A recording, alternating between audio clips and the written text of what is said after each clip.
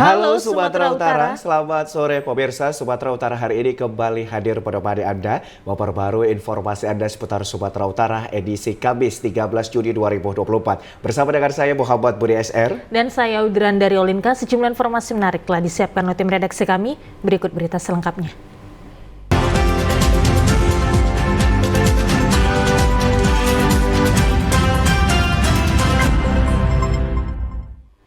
Pemirsa, informasi sore ini diawali dari Kabupaten Langkat. Jembatan Se Air Tenang yang menghubungkan Kecamatan Padang Tualang dan Kecamatan Batang Serangan Kabupaten Langkat kemarin siang rubuh, mengakibatkan satu unit truk tronton bermuatan material galian terperosok ke dalam sungai. Kondisi jembatan yang sangat memprihatinkan ini akhirnya rubuh karena melintasnya truk over kapasitas setiap hari. Akibat rubuhnya jembatan, satu unit truk tronton buatan material galian terperosok ke dalam sungai. Meski tidak ada korban jiwa dan sang sopir truk berhasil menyelamatkan diri, namun sudah 2 hari truk yang terperosok belum juga diangkat karena berat truk mencapai ratusan ton. Rubuhnya jembatan ini membuat masyarakat di Kabupaten Langkat resah karena tidak dapat dilalui. Tidak hanya itu, jembatan ini juga merupakan akses untuk menuju objek wisata internasional Tangkahan, Kecamatan Batang Serangan. Sebelumnya ratusan warga sudah berulang kali melakukan aksi demo terkait rusaknya jembatan, diantaranya dengan menyetop truk bermuatan over kapasitas, bahkan demo ke kantor camat dan DPRD Kabupaten Langkat. Setelah 2 tahun, akhirnya keluhan masyarakat diterima melalui sidang paripurna DPRD Langkat. Namun sayangnya, meski sudah ditampung dalam anggaran daerah dan Provinsi Sumatera Utara, jembatan tersebut sudah rubuh. Salah seorang warga, Ishak, mengatakan kapasitas jembatan Se Air Tenang hanya 8 ton, namun truk yang melintas setiap hari lebih dari 12 ton. Kami masyarakat Batang Serangan ini penuh harap kami ini secepatnya supaya bagus dibikin planet, secepatnya dibangun ini jembatan. Sama-sama bagaimana lah kan, namanya pun urat nadi, kan? Kalau urat nadi itu putus, ya, gimana jadinya? Tergelepar lah. Ratusan warga mengatasnamakan elemen masyarakat Tebing Tinggi berunjuk rasa ke kantor DPRD Kota Tebing Tinggi untuk menuntut agar dilakukan rapat dengar pendapat terkait semakin maraknya peredaran narkoba di Kota Tebing Tinggi.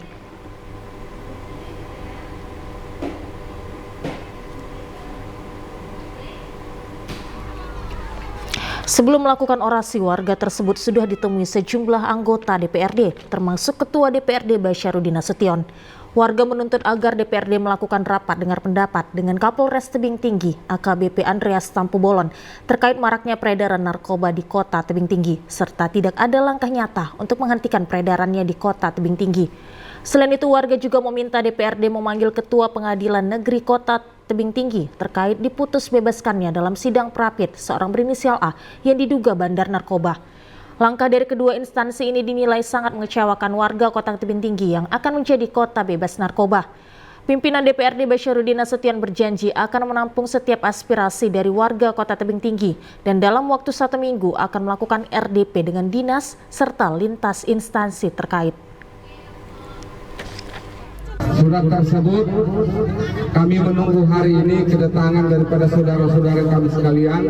Per hari ini akan kami disposisi ke komisi terkait dan insya Allah paling lama minggu depan kami berusaha untuk segera melakukan rapat dengar pendapat dengan kepolisian, dengan pengadilan, dengan BNN dan pemerintah kota. Sebenarnya tidak hanya ke DPRD saja, tapi kita ada melakukan aksi di 3 tempat, yakni di Kapolres Tebing Tinggi, di Pengadilan Negeri Tebing Tinggi, dan di DPRD Kota Tebing Tinggi. Dan di DPRD ini tadi seminggu lagi akan ditanggapi RDP, kita pasti akan menagih janjinya terkait bagaimana isu narkoba dan penegakan hukum yang ada di Kota Tebing Tinggi ini, Pak. Mengingat juga menjadi rahasia umum, para penegak hukum terkait pembasmian narkoba ini sudah sangat meresahkan. Sebelumnya unjuk rasa dilakukan masyarakat ke Polres Tebing Tinggi dan di Pengadilan Negeri menuntut keduanya untuk dicopot. Kita beralih ke Kabupaten Deli Serdang. Pemirsa, warga Kampung Kompak, Kelurahan Sampali, Kecamatan Percut Setuan, Kabupaten Deli Serdang tidak terima dengan pembongkaran paksa yang diduga dilakukan secara sepihak tanpa adanya surat pemberitahuan dari Pemkab Deli Serdang. Rekaman video ini memperlihatkan saat petugas polisi Pamong Praja, Kabupaten Deli Serdang melakukan eksekusi terhadap beberapa bangunan yang berdiri di atas lahan kawasan Desa Sampali, Jalan Haji Adib, Deli Serdang. Dalam upaya penggusuran itu, petugas Satpol PP Deli Serdang menerima perlawanan dari sejumlah warga dan pemilik bangunan gudang. Salah seorang pemilik bangunan gudang melayangkan laporan terhadap PJ Bupati Deli Serdang dan Kasatpol PP Deli Serdang yang dituding sepihak ke Polda Sumut. Sebab pemilik bangunan dan beberapa warga kampung tersebut mengaku belum menerima surat pemberitahuan sebelum dilakukan eksekusi atau pembongkaran bangunan menggunakan alat berat.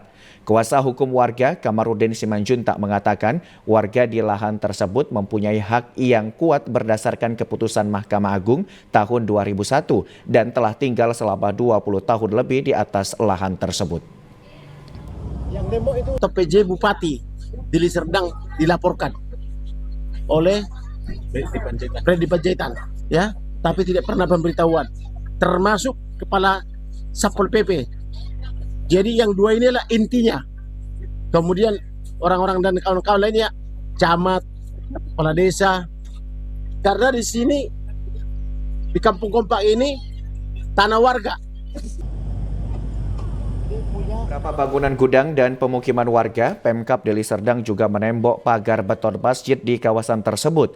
Warga berharap Menteri Agraria Tata Ruang Badan Pertanahan Nasional dan Presiden Joko Widodo dapat memberi perhatian kepada warga.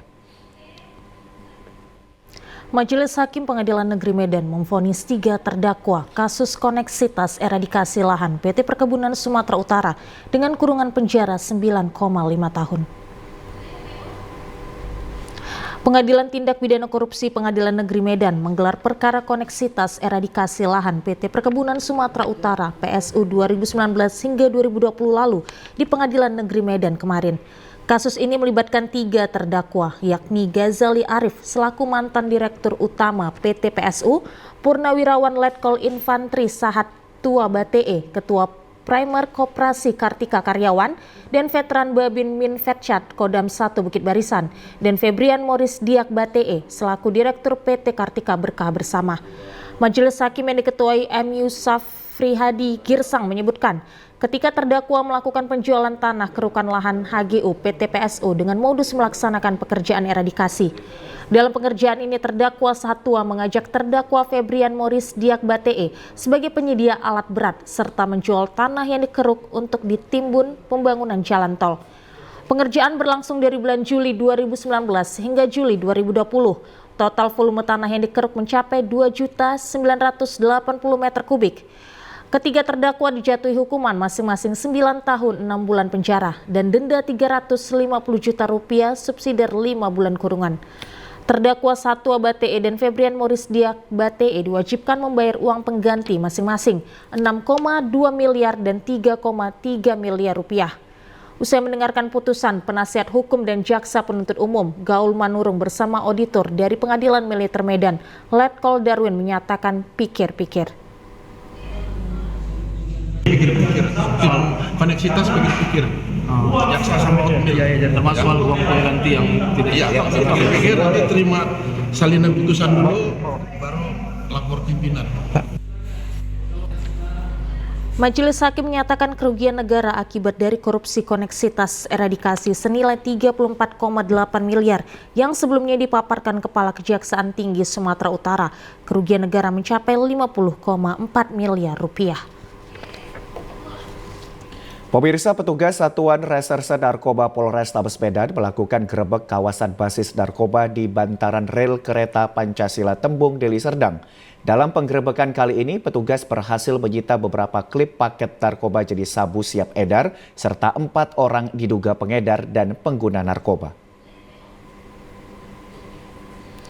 Melihat petugas polisi, segerombolan orang diduga pengedar dan pengguna narkoba melarikan diri. Namun petugas berhasil membekuk seorang yang diduga pengedar narkoba. Pengedar narkoba tersebut sedang melakukan transaksi di kawasan tersebut. Selanjutnya petugas menemukan 1 paket narkoba jenis sabu dalam plastik klip kecil. Kanit 2 Narkoba Polrestabes Medan AKP Heriadi mengatakan sebanyak 4 orang diduga pengedar narkoba jenis sabu berinisial RI, TW, FJ, dan MS. Para pelaku sempat berupaya melawan petugas dan melarikan diri, namun akhirnya berhasil diboyong ke Mapolrestabes Medan. Dari tangan keempat pelaku, petugas menyita 11 paket hebat sabu dengan berat hampir 10 gram.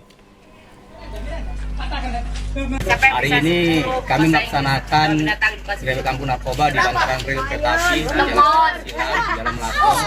Yang kita amankan ada 4 orang. Masing-masing ada yang kita temukan, yaitu sabu-sabu, paket sabu-sabu. Namun masih kami kembangkan untuk penyidikan.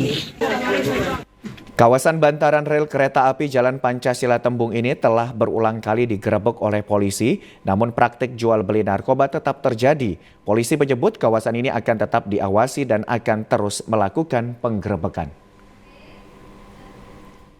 Satuan Reserse Narkoba Polres Batubara berhasil menangkap seorang kurir narkoba asal Aceh. Dari tangan tersangka, polisi menyita barang bukti seberat 375 gram sabu-sabu. Tersangka berinisial AH warga Aceh Timur ditangkap di Desa Perkebunan 50, Kecamatan 50, Batubara saat hendak mengirimkan narkoba jenis sabu. Kepala Satuan Reserse Narkoba Polres Batubara, AKP Ferry Kusnadi mengatakan penangkapan tersangka berawal dari laporan masyarakat. Setelah melakukan pengintaian, polisi akhirnya menangkap tersangka tanpa perlawanan. Dari hasil penggeledahan, polisi menemukan kertas kardus yang dibalut lakban berwarna coklat di dalam tas ransel milik tersangka. Setelah dibuka, ternyata bungkusan tersebut berisi 18 paket sabu yang akan diedarkan di wilayah hukum Polres Batubara. Selain menyita barang bukti sabu, polisi juga menyita telepon seluler milik tersangka serta uang tunai sebesar Rp750.000. Saat ini tersangka masih menjalani pemeriksaan di Polres Batubara untuk membongkar jaringan narkoba lainnya. Polisi menjerat tersangka dengan pasal 114 Undang-Undang Nomor 35 Tahun 2009 tentang narkotika dan terancam hukuman maksimal 20 tahun penjara atau hukuman mati. Penangkapan terhadap seorang laki-laki memiliki atau sebagai kurir sabu, narkotika jenis sabu, yang kita tangkap tepatnya di Jalan Lintas Sumatera, itu di dekat Perkebunan 50, ya. Kita amankan barang bukti berupa narkotika jenis sabu seberat 375 gram. Sementara itu pemirsa, Polresta Deli Serdang memusnahkan barang bukti narkoba hasil tangkapan April hingga awal Juni 2024 yang dilaksanakan kemarin siang di Aula Terbuka Mapolresta Deli Serdang. Barang bukti yang dimusnahkan berupa sabu-sabu seberat 9,2 kg lebih, ganja 92,29 gram, dan ekstasi seberat 0,18 gram. Sebelum dimusnahkan, barang haram tersebut terlebih dahulu dicek keasliannya oleh petugas dari Laboratorium Forensik Polda Sumatera Utara. Kapolresta Deli Serdang Kombes Pol Rafael Sandi Cahya Priambodo mengatakan kegiatan ini adalah wujud transparansi proses penyidikan kepada masyarakat, di mana barang bukti narkoba harus dimusnahkan. Pemusnahan barang bukti itu merupakan pengungkapan dari 28 kasus, terdiri dari 17 kasus menonjol dan 21 kasus restoratif justice. Dengan jumlah tersangka kasus menonjol sebanyak 13 orang dan restorasi justice 29 orang. Peredaran narkotika di wilayah hukum Polresta Deli Serdang sangat meningkat dan untuk menekannya Polresta Deli Serdang bekerja sama dengan berbagai pihak termasuk Bandara Kuala Namu. Dari bulan April sampai dengan bulan saat ini, dan ini adalah hasil kerjasama beberapa modus ataupun kegiatan yang dilakukan oleh para pelaku, dan dari 7 LP yang menonjol, 3 kita ungkap hasil kerjasama dengan pihak APSEK Bandara, dan ini memang kerjasama yang luar biasa dari APSEK, terus kita melakukan kolaborasi. Sementara itu, Kajari Deli Serdang, Muhammad Jeffrey mengatakan Kejaksaan Deli Serdang mengapresiasi apa yang telah dilakukan pihak Polresta Deli Serdang dan juga Apsek Bandara Kuala Namu terkait pengungkapan kasus-kasus narkoba. Dalam melakukan penuntutan, kami akan melakukan proses penuntutan secara maksimal dalam penuntutannya. Walaupun dan seperti yang diungkapkan oleh Pak Kapolres tadi, yang terungkap ini bukan bandar-bandarnya, tapi mulai dari kulit-kulit inilah yang akan kita lakukan tuntutan yang cukup dan sesuai dengan jumlah barang bukti yang kita silakan, sehingga apa yang kita lakukan menjadi efek jerah untuk para pelaku dan juga menjadi daya tangkap untuk calon-calon pelaku lainnya untuk melakukan perbuatan serupa. Pemusnahan dilakukan dengan cara direbus ke dalam air mendidih dan air rebusannya dibuang ke septic tank. Sedangkan pemusnahan ganja dilakukan dengan cara dibakar dan disaksikan 13 tersangka pemilik barang bukti. Kejaksaan Negeri Toba Samosir melaksanakan pemusnahan barang bukti yang telah berkekuatan hukum tetap atau inkraj periode bulan pertama tahun 2024 di halaman kantor Kejaksaan Toba Samosir pada hari ini. Pemusnahan barang bukti dilakukan dengan cara dibakar, dihancurkan, dan dilarutkan atau dipotong. Kepala Seksi Pengelolaan Barang Bukti dan Barang Rampasan Kejari Toba Samosir, John Purba mengatakan, pemusnahan barang bukti tersebut terdiri dari 33 perkara, diantaranya dengan kategori tindak pidana narkotika jenis sabu, ganja, dan pil ekstasi. Sementara itu, Kepala Kejaksaan Negeri Toba Samosir, Dohar Wirawarman Nainggolan mengatakan, pemusnahan barang bukti ini merupakan salah satu bentuk pelaksanaan putusan pengadilan yang telah berkekuatan hukum tetap atau inkraj oleh Kejaksaan. Pemusnahan barang bukti ini untuk memastikan barang bukti tersebut tidak dapat dipergunakan lagi dan tidak dapat beredar kembali di lingkungan masyarakat. Pada acara pemusnahan tersebut, Kejaksaan Toba Samosir mengundang stakeholder terkait sebagai bentuk transparansi dan koordinasi yang baik bahwa pihak Kejaksaan telah melakukan pemusnahan barang bukti sesuai dengan amar putusan yang telah inkraj. Baik, untuk kita selalu melakukan penyuluhan hukum ya, baik ke sekolah-sekolah karena kepada generasi muda maupun kita melalui Jaksa Menyapa, melalui media radio Indonesia di Toba untuk menyampaikan tentang bagaimana agar masyarakat menjauhi narkotika ini.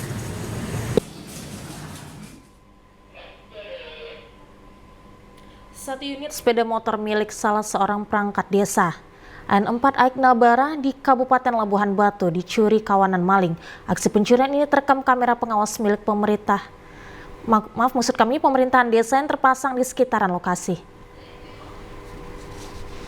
Aksi pencurian sepeda motor terjadi di lingkungan kantor Kepala Desa N4 Aik Nabara, Bilahulu, Labuhan Batu sore kemarin.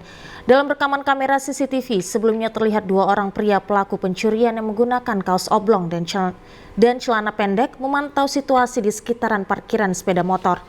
Padahal aksi kejahatannya terpantau di kamera pengawas. Tanpa kesulitan, salah seorang pelaku melakukan pencurian sepeda motor tersebut dengan menarik keluar parkiran dan langsung kabur. Menurut korban, Zaki selaku Kasih Kesra Desa N4 mengatakan, pencurian tersebut diketahui saat temannya hendak meminjam sepeda motornya, namun sudah tidak berada di parkiran. Pada saat kejadian, kunci kontak tertinggal di sepeda motor miliknya, sehingga para pelaku dengan mudah membawa kabur sepeda motornya. Mau minjem kereta dia mau ngambil celananya di rumah. Ditanya, lah mana keretamu? Gak ada. Kuncinya, mana keretamu? Itu bang nyangkut di situ, bilang gitu kan. Di situ mana keretamu aja nggak ada, katanya gitu kan. Jadi saya kira bercanda lah gitu pak, bercanda. Tengok-tengok sampai saya cari ke sana juga, ke samping kan, mana tahu dirondok kan teman-teman yang di sini kan. Kasus pencurian sepeda motor ini sudah dalam penyelidikan Polsek Bilahulu dan diharapkan dengan adanya rekaman CCTV, kedua pelaku dapat segera diringkus. Kita beralih ke informasi lainnya, pemirsa. Seorang remaja pria di Asahan tewas tenggelam setelah perahu karet yang digunakannya bermain arung jeram di aliran sungai Asahan bersama sejumlah temannya terbalik. Jasad korban ditemukan mengambang sehari setelah kejadian. Inilah rekaman video amatir detik-detik terbaliknya perahu karet yang digunakan Ibnu Haryanda bersama sejumlah temannya ketika bermain arung jeram di aliran Sungai Asahan, wisata alam Desa Marjanji Aceh, Kecamatan Aek Songsongan, Asahan kemarin. Insiden tersebut mengakibatkan remaja berusia 18 tahun warga Desa Marjanji Aceh itu tenggelam dan hanyut terbawa arus air. Teman-teman korban yang mengetahui kejadian tersebut sempat berupaya melakukan pencarian dengan mengarungi aliran sungai. Namun upaya pencarian yang dilakukan teman-teman korban tidak berhasil. Korban baru ditemukan keesokannya atau sehari setelah kejadian. Jasad korban ditemukan dalam kondisi mengambang di aliran sungai oleh petugas gabungan Basarnas Pos Tanjung Balai Asahan dan BPBD Asahan yang turun melakukan pencarian bersama warga. Komandan Pos Basarnas Tanjung Balai Asahan, Romi Ersa, mengatakan informasi kejadian yang dialami korban sampai ke pihaknya pada Rabu malam. Pihaknya yang turun melakukan pencarian bersama petugas BPBD Asahan dan warga akhirnya berhasil menemukan korban dalam kondisi mengambang.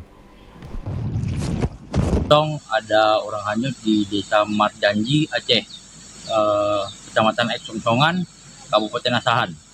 Setelah pencarian hari kedua, alhamdulillah tim SAR gabungan beserta dibantu dengan masyarakat setempat berhasil menemukan korban pada pukul 14.00 WIB dalam keadaan meninggal dunia.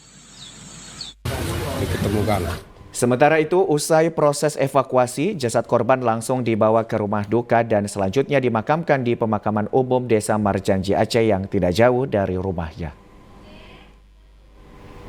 Akibat angin puting beliung, 5 rumah warga di Suhut, Desa Rintis, Kecamatan Silangkitang, hingga 1 rumah rubuh akibat tertimpa pohon kelapa sawit. Dari musibah angin puting beliung melanda rumah warga yang paling parah dialami oleh Watini karena rumah miliknya tertimpa pohon kelapa sawit hingga hancur dan tak dapat lagi dihuni. Namun beruntung saat kejadian Watini sempat diselamatkan oleh warga. Bupati Labuhan Batu Selatan, Edi Min, mengatakan untuk saat ini pemerintah menyerahkan bantuan kepada 5 warga yang ada di Desa Rintis berupa sembako, sedangkan untuk rumah warga yang rubuh akan dibangun kembali. Namun dari pemerintah hanya memberi berupa bahan baku yang kemudian akan dikoordinir camat serta kepala desa setempat. Akibat angin puting beliung, kerugian kelima warga lebih kurang bernilai puluhan juta rupiah. Ini menyerahkan bantuan kepada 5 masyarakat yang ada di Dusun Dede, Desa Rintis, Kecamatan Silangkitang. Ada Indomie, ada beras, ada telur, dan ada minyak makan dan gula. Rumah yang rubuh ini kemungkinan akan dibangun kembali. Dan kita disipatnya dari pemerintah hanya memberikan bahan baku, dan insya Allah nanti camat dan kepala desa nanti akan mengkoordinir di sini. Pemirsa, jelang Hari Raya Idul Adha, Dinas Ketahanan Pangan Kota Medan melakukan pemeriksaan kesehatan dan administrasi terhadap penjual hewan kurban. Dalam pemeriksaan ini tidak ditemukan hewan yang cacat dan sakit. Petugas gabungan Dinas Ketahanan Pangan Kota Medan bersama tim dokter hewan melakukan sidak ke 13 lokasi pengepul hewan kurban. Salah satunya penjual hewan kurban yang berada di Jalan Afros, Kota Medan. Di lokasi ini, petugas melakukan pemeriksaan fisik dan kesehatan hewan kurban yang dijual. Pemeriksaan kondisi fisik hewan kurban meliputi pemeriksaan gigi, mulut, serta kaki.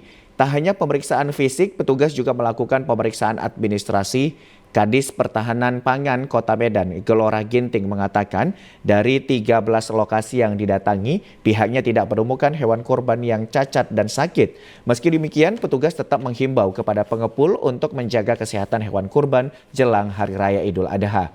Pemeriksaan kesehatan hewan kurban akan terus dilakukan hingga Hari Raya Idul Adha. Petugas juga akan melakukan pemantauan hewan ke masjid-masjid tempat dilaksanakannya kurban.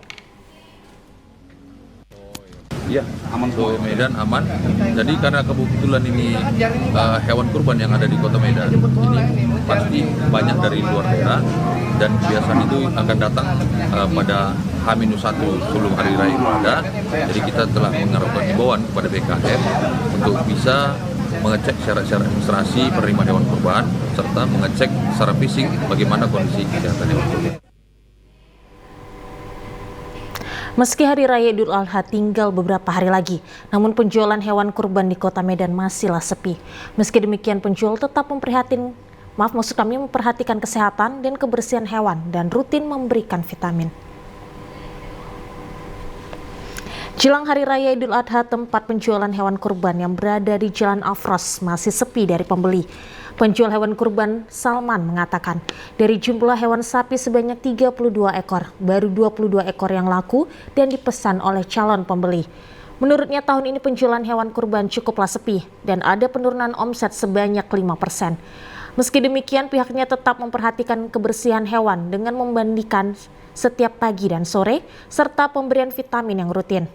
Adapun hewan kurban yang dijual untuk sekitaran Kota Medan saja. Harga hewan kurban sapi ini bervariasi mulai dari 14.500.000 hingga 17 juta rupiah, tergantung bobot hewan tersebut. Biasanya puncak pemesanan hewan kurban terjadi 1 hari sebelum Hari Raya Idul Adha. Penjual berharap Hari Raya Idul Adha tahun ini berjalan lancar karena tidak ada wabah penyakit pada hewan kurban tahun ini. Upaya kita untuk menjaga kesehatan yaitu kesehatan pagi sore kita mandikan, ya kita rawatlah. Kalau umpamanya kurang dia sehat ya kita suntik. Kalau untuk tahun ini dibandingkan tahun semalam ya beda jauh.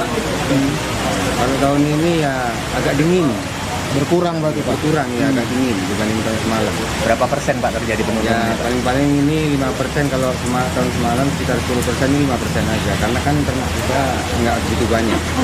Nah ada sekitar 22 ekor. Kita stok 32 aja.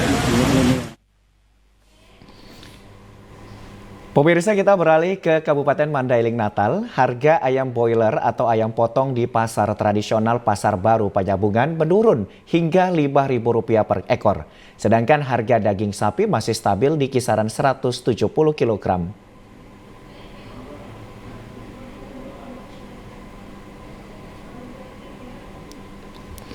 4 hari menjelang Hari Raya Idul Adha 1445 Hijriah, sejumlah harga kebutuhan pokok masyarakat di pasar tradisional Pasar Baru Panyabungan Kabupaten Mandailing Natal malah cenderung menurun. Seperti harga ayam boiler atau ayam potong berangsur turun sejak 1 bulan terakhir ini hingga Rp5.000 per ekor. Sebelumnya harga ayam potong sudah naik hingga Rp34.000 menjadi Rp29.000 per kilogram. Menurut pedagang Saiful Bakhri Lubis, turunnya harga ayam sejak 1 bulan ini akibat melimpahnya stok ayam dari perusahaan, sedangkan minat masyarakat kian berkurang. Ditambah kondisi pasar yang semrawut dan jorok membuat masyarakat enggan berbelanja ke pasar tersebut. Padahal setiap menjelang hari besar keagamaan, biasanya harga kebutuhan pokok masyarakat naik, namun kali ini harga cenderung turun.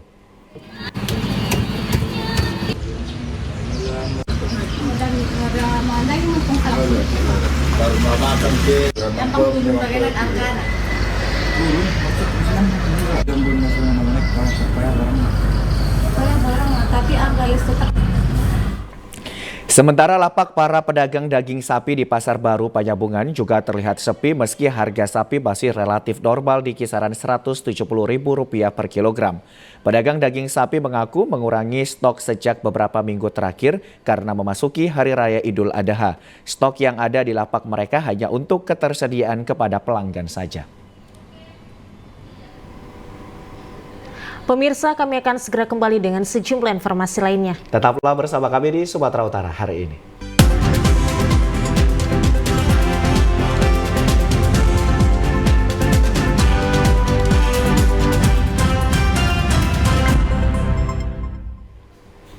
Terima kasih Anda masih bersama dengan kami. Pemirsa, DPP PAN melalui DPW PAN Sumatera Utara secara resmi memberikan surat tugas calon gubernur Sumatera Utara kepada Bobi Nasution. Dalam waktu bersamaan, Bobi juga mengembalikan formulir pendaftaran sebagai bakal calon gubernur Sumatera Utara pada Pilkada mendatang. Bakal calon gubernur Sumatera Utara Bobi Nasution menyambangi kantor DPW Partai Amanat Nasional Sumatera Utara di Jalan Selepan kemarin sore. Bobi didampingi oleh pengurus Partai Gerindra dan sejumlah tim internal diterima langsung oleh Ketua PAN Sumut, Sekretaris PAN Sumut, dan seluruh fungsionaris partai. Dalam kesempatan tersebut, Bobi juga turut mengembalikan formulir pendaftaran sebagai bakal calon gubernur Sumut. Ketua PAN Sumut Syah Afandin mengatakan hari ini selain menerima formulir pendaftaran, PAN Sumut juga secara resmi menyerahkan surat tugas kepada Bobi untuk maju pada Pilgub mendatang. PAN Sumut menilai sosok muda dan energik seperti Bobi yang tepat untuk memimpin Sumatera Utara yang wilayahnya sangat luas. Nantinya setelah surat tugas secara resmi, DPP PAN juga akan memberikan surat rekomendasi calon gubernur kepada menantu Presiden Joko Widodo tersebut. Kami Nasution adalah calon yang kita usung untuk menjadi calon gubernur Sumatera Utara. Rangkaian yang hari ini kita laksanakan adalah memberikan surat tugas yang diberikan Ketua Umum dan DPP untuk sesegera mungkin kepada calon gubernur kita untuk mencari pasangan. Dalam persiapan pemilihan kepala daerah Pilkada 2024, KPU Kabupaten Labuhan Batu melaksanakan BIMTEK kepada seluruh panitia pemungutan kecamatan PPK se-Kabupaten Labuhan Batu terkait pemutakhiran data pemilih di Rantau Prapat kemarin. KPU Kabupaten Labuhan Batu melaksanakan kegiatan pemutakhiran data pemilih Sidali serta e-coklit bersama seluruh badan ad hoc PPK se-Kabupaten Labuhan Batu. Dalam kegiatan BIMTEK mengundang 3 pemateri, yakni Bawaslu Kabupaten Labuhan Batu, Kalapas Kelas 2 Rantau Prapat, dan pihak KPU dalam pemutakhiran data pemilih. Kepala Lembaga Pemasyarakatan Kelas 2A Rantau Prapat, Herliadi menjelaskan, terkait pemutakhiran data, pihaknya akan bersinergi dengan Dinas Dukcapil Kabupaten Labuhan Batu guna perekaman IKTP dalam mensukseskan Pilkada tahun 2024. Warga binaan pemasyarakatan saat ini totalnya berjumlah 1.580 binaan, sementara 789 binaan merupakan warga Labuhan Batu. Kalau jumlah keseluruhan warga binaannya 300, jumlahnya ada 1.385 kalau DPT-nya, kemudian jumlah keseluruhan ada 1.580 orang. Kembali kita membawahi mudah-mudahan dalam pilkada yang kurang etis kalau bawa kasih pertanyaan sama daerah yang lain. Hari mendekati harinya lebih dari separuh ternyata kalau pendataan NIK-nya ini komprehensif, komplit semuanya.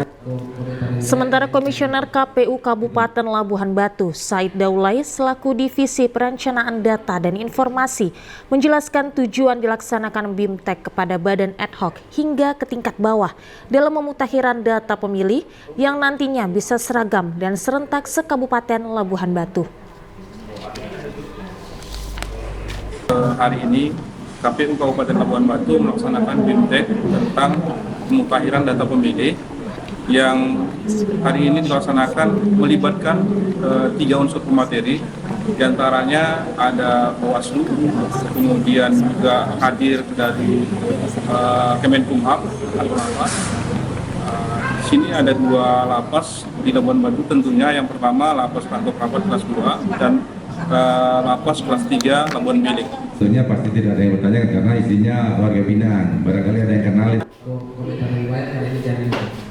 Pemirsa, guna memastikan validasi data pemilih pada pemilihan umum kepala daerah Pilkada tahun 2024, Komisi Pemilihan Umum KPUD Batubara akan merekrut 1.281 petugas pemutakhiran data pemilih atau Pantarlih. Perekrutan petugas Pantarlih untuk Pilkada tahun 2024 dimulai sejak 13 hingga 19 Juni 2024. Bagi warga yang berminat mendaftar, dapat mendatangi Sekretariat Panitia Pemungutan Suara atau PPS yang ada di 151 desa dan kelurahan di Kabupaten Batubara. Adapun sejumlah persyaratan untuk menjadi petugas Pantarlih diantaranya warga negara Indonesia yang berusia paling rendah 17 tahun dan berdomisili dalam wilayah kerja. Selanjutnya berpendidikan paling rendah sekolah menengah atas atau sederajat dan tidak menjadi anggota partai politik atau tidak lagi menjadi anggota partai politik paling singkat 5 tahun. Pelamar Pantarlih yang dinyatakan lulus seleksi akan dilantik pada 24 Juni 2024. Mereka akan bertugas hingga 25 Juli 2024 untuk melakukan proses pencocokan dan penelitian data pemilih yang masuk dalam data penduduk potensial pemilih pemilu atau DP4.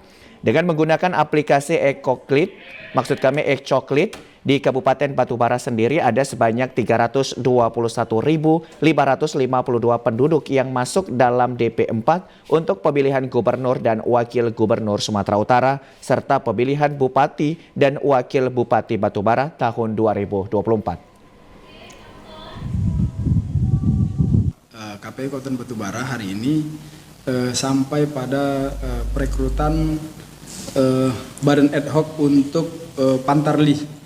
Nah, Pantarlih ini sendiri kita akan rekrut lebih kurang sebanyak 1.281 orang yang akan mendata untuk kebutuhan 788 TPS di Kabupaten Batubara.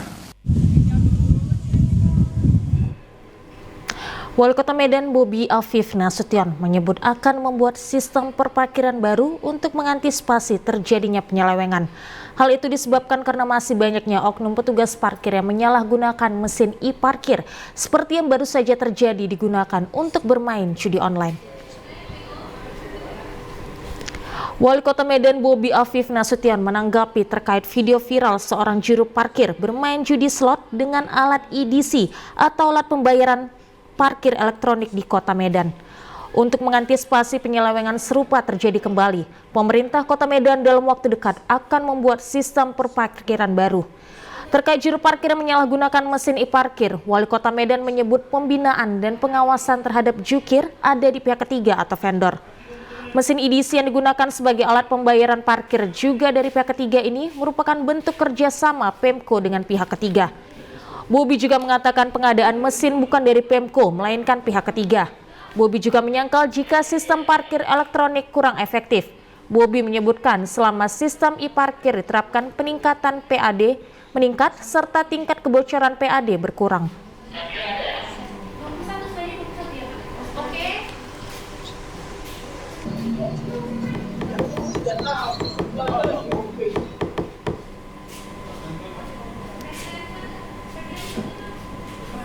Ya pemirsa, berikut informasi perakiraan cuaca di sejumlah daerah di Sumatera Utara dari Badan Meteorologi, Klimatologi, dan Geofisika Wilayah 1 Medan berlaku esok hari Jumat 14 Juni 2024. Halo Sobat BMKG, senang sekali saya Putri Diana, perakiraan cuaca BMKG Wilayah 1 Medan akan menyampaikan informasi perakiraan cuaca dan hotspot wilayah Sumatera Utara untuk Jumat 14 Juni 2024. Pagi hari cuaca diperkirakan cerah berawan, untuk siang hingga sore hari diperkirakan berpotensi hujan ringan hingga lebat di sebagian besar wilayah Sumatera Utara, di mana hujan lebat berpotensi di wilayah Langkat, Karo, Tapanuli Utara, Labuhan Batu, Mandailing Natal, dan sekitarnya. Untuk malam hari berpotensi hujan ringan hingga lebat, yaitu di mana hujan lebat berpotensi di wilayah Karo, Dairi, Pematang Siantar, Simalungun, dan sekitarnya, serta untuk dini hari berpotensi berawan di wilayah Sumatera Utara. Suhu udara berkisar 16 hingga 34 derajat Celcius dengan kelembapan udara berkisar 60 hingga 98%. Angin bertiup dari arah barat daya hingga barat laut dengan kecepatan 10 hingga 30 km per jam. Titik panas atau hotspot di wilayah Sumatera Utara pada pantauan 12 Juni 2024 terdapat 2 titik panas yaitu di wilayah Nias dan Labuhan Batu. Kami himbau kepada seluruh masyarakat untuk tetap waspada akan terjadinya potensi hujan dengan intensitas lebat yang dapat terjadi di wilayah pegunungan, sebagian pantai timur dan lereng barat yang dapat menyebabkan banjir dan tanah longsor serta bencana hidrometeorologis lainnya. Demikian informasi yang dapat kami sampaikan, semoga bermanfaat. Terima kasih dan sampai jumpa. Ya pemirsa, pohon kelapa sawit yang sudah tidak berproduksi lagi ternyata memiliki air nirai yang dapat diolah menjadi gula aren. Gula aren kelapa sawit yang disebut Zoroh ini memiliki rasa yang manis, bahkan tak ubahnya seperti gula aren dari pohon enau.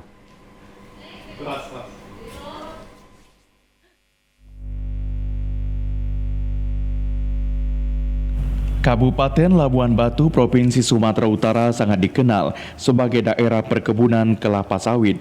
Banyaknya pohon sawit yang ditebang karena tidak berproduksi lagi membuat seorang ibu rumah tangga menekuni pengelolaan air nira kelapa sawit menjadi gula merah. Proses pengambilan air nira dari batang sawit setelah pohon sawit ditebang dilakukan pengupasan hingga menemukan batang yang paling inti untuk kemudian dapat mengeluarkan air. Satu batang pohon kelapa sawit setiap hari dapat mengeluarkan air nira sebanyak 5-10 liter air nira sawit. 5 liter nira sawit setelah dimasak akan menghasilkan 1 kg gula merah atau Zoro. Saat ini permintaan akan gula aren sawit sangat tinggi, terutama dari industri. Gula aren sawit dijual dengan harga Rp8.000 setiap kilogram. Yanti selaku pelaku usaha gula aren sawit mengatakan saat ini ia dapat memberdayakan masyarakat sekitar untuk mengelola usaha yang ditekuninya. Yanti mengaku gula aren sawit ini diyakini akan menjadi pilihan masyarakat karena rasanya sangat manis. Kalau untuk niranya kita bisa menghasilkan 5 liter, tapi kalau sudah dimasak dia bisa menghasilkan 1 kilo per pohon joronya. Kalau dalam 2 hektar kita menumbang 240 pohon, kita menghasilkan 240 kilo kalau untuk joro. Kalau untuk liternya karena dia belum dimasak kan, dia itu dalam satu pohonnya dia menghasilkan 5 liter. Ya minatnya sih banyak, tapi kan karena kita masih kurang biaya, kita kan belum bisa membuat bahan joro menjadi gula merah yang dibentuk, yang dicetak gitu. Kita belum mampu sampai ke situ. Jadi kita makanya tadi saya bilang mudah-mudahan pemerintah setempat memperhatikan pekerjaan saya ini agar bisa kita ciptakan menjadi gula merah yang betul-betul sudah bisa dipasarkan di masyarakat. Para petani sawit yang ada di Labuan Batu sangat diuntungkan dengan adanya pengelolaan gula aren sawit. Pasalnya, setiap pohon sawit yang tidak lagi berbuah dapat dijual kepada pengelola gula aren sebelum dilakukan penanaman kembali. Yanti selaku pengelola gula aren sawit berharap Dinas Koperasi dan UMKM ikut mempromosikan gula aren sawit asal Labuan Batu sehingga dapat dikenal masyarakat luas. Yanti juga memiliki keinginan suatu saat nanti gula aren sawit ini dapat dijual ke luar negeri.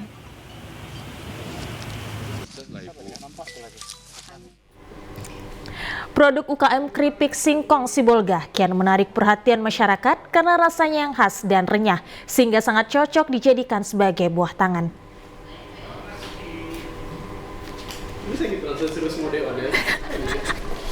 Keripik singkong Sibolga saat ini sudah menjamur di kota Sibolga karena tingginya permintaan dari masyarakat lokal dan juga daerah lain.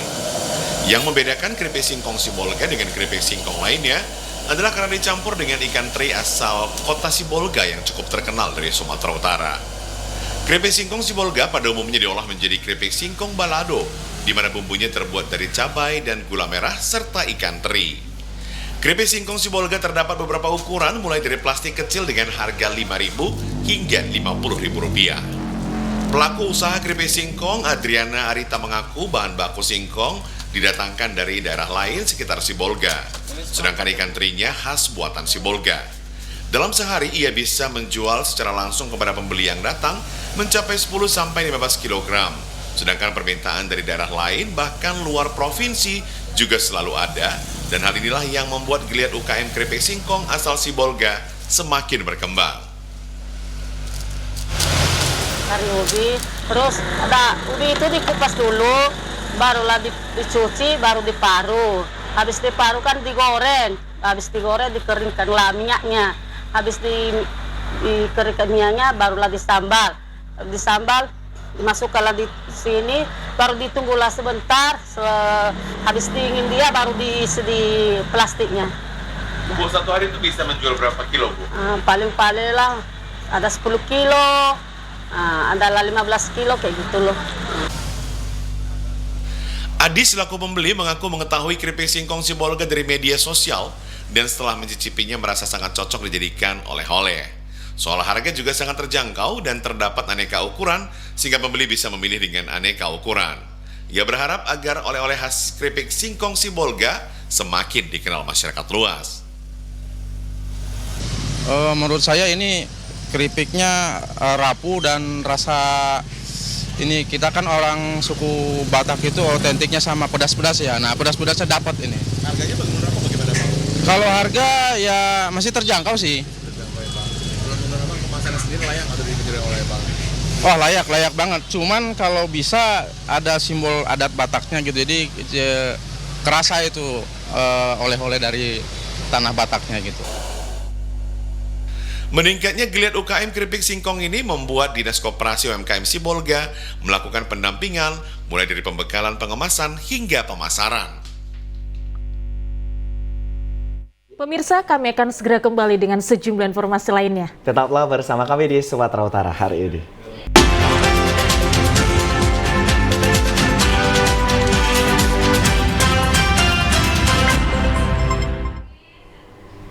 Terima kasih masih bersama kami di Sumatera Utara hari ini. Pemirsa, tingginya ombak di Pantai Lagundri, Sorake Beach, Nias Selatan menjadi daya tarik ratusan peselancar dari 26 negara yang memeriahkan World Surf League Nias Pro 2024 yang diselenggarakan dari 8 sampai 15 Juni 2024. Silakan dengan laporan rekan kami, Keriawan Sembiring, langsung dari Pantai Lagundri, Sorake Beach, Nias Selatan. Keriawan? Ya, Keriawan Sembiring. Keri, apakah bisa mendengar suara kami di studio?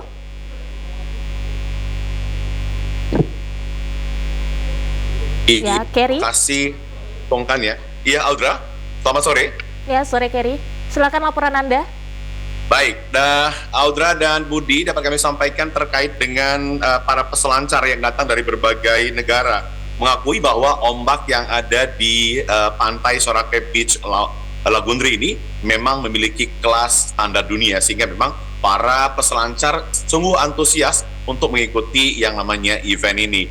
Dan panitia atau penyelenggara mengakui bahwa tingginya antusias peserta bukan hanya karena lokasi yang bagus, tetapi juga memang kontes QS 5000 ini merupakan salah satu kontes terbesar ketiga di selancar kelas dunia. Dan selain itu, para peselancar yang mengikuti selancar yang diselenggarakan di Nias Selatan ini, para peselancar ingin mendapatkan poin sehingga nantinya bisa mengikuti event-event yang lebih berkelas lebih tinggi atau di kelas Liga 1.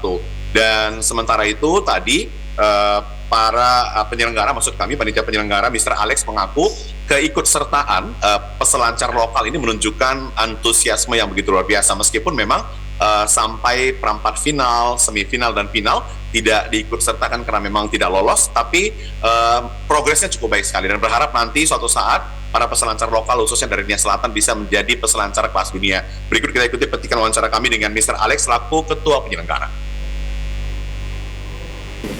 QS 5000 ini supaya bisa mendapat poin untuk pelan-pelan naik di ranking internasional dan bisa baru bisa masuk Liga 1. Untuk junior sendiri seperti apa? Kapan nanti finalnya? Kayaknya kita akan mulai semifinal dan final besok atau lusa. Itu semua tergantung alam, tergantung ombak ya. Aku semua banyak teman-teman di sini di Lokas. Aku berharap pelan-pelan daerah bisa maju, juga lebih banyak investasi tentang dunia surfing bisa datang ke sini ke Pulau Nias, ke daerah Nias Selatan, daerah Nias Utara juga. Ya mudah-mudahan anak-anak lokal bisa mendapat sponsor, siapa tahu nanti kita punya atlet yang top dunia dari Pulau Nias ya. Audra dan Budi, sementara itu pemenang dari sektor putra, Winter Pinson, ini keluar sebagai juara setelah mengalahkan rekan senegaranya dan mengaku sangat bangga bisa memenangkan kontes QS 5000 di Pantai Beach Sorake Lagundri. Dan ia mengaku bahwasanya ini adalah kontes yang begitu berkesan karena dilangsungkan di salah satu pantai yang begitu indah di Indonesia. Berikut pernyataan dari Winter Pinson. I've had so much fun, best waves, and I love Nias so much. Okay. So, how do you think about Nias? What do you see? Nias is amazing. Very good people, amazing waves, good place to stay, good food. I love it a lot. You're trying to get anymore? Sorry?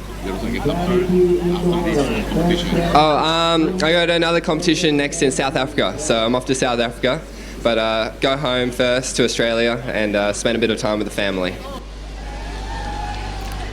Aldra dan Budi, kategori putri yang menjuarai QS 5000 di Sorake Beach Lagunri adalah Ella McFerry dari Amerika Serikat. Dan untuk kelas junior akan diselenggarakan besok dan menurut panitia tadi akan disesuaikan dengan situasi ombak yang ada. Demikian yang dapat kami sampaikan dari Nia Selatan. Kita kembali ke studio bersama Budi dan Aldra.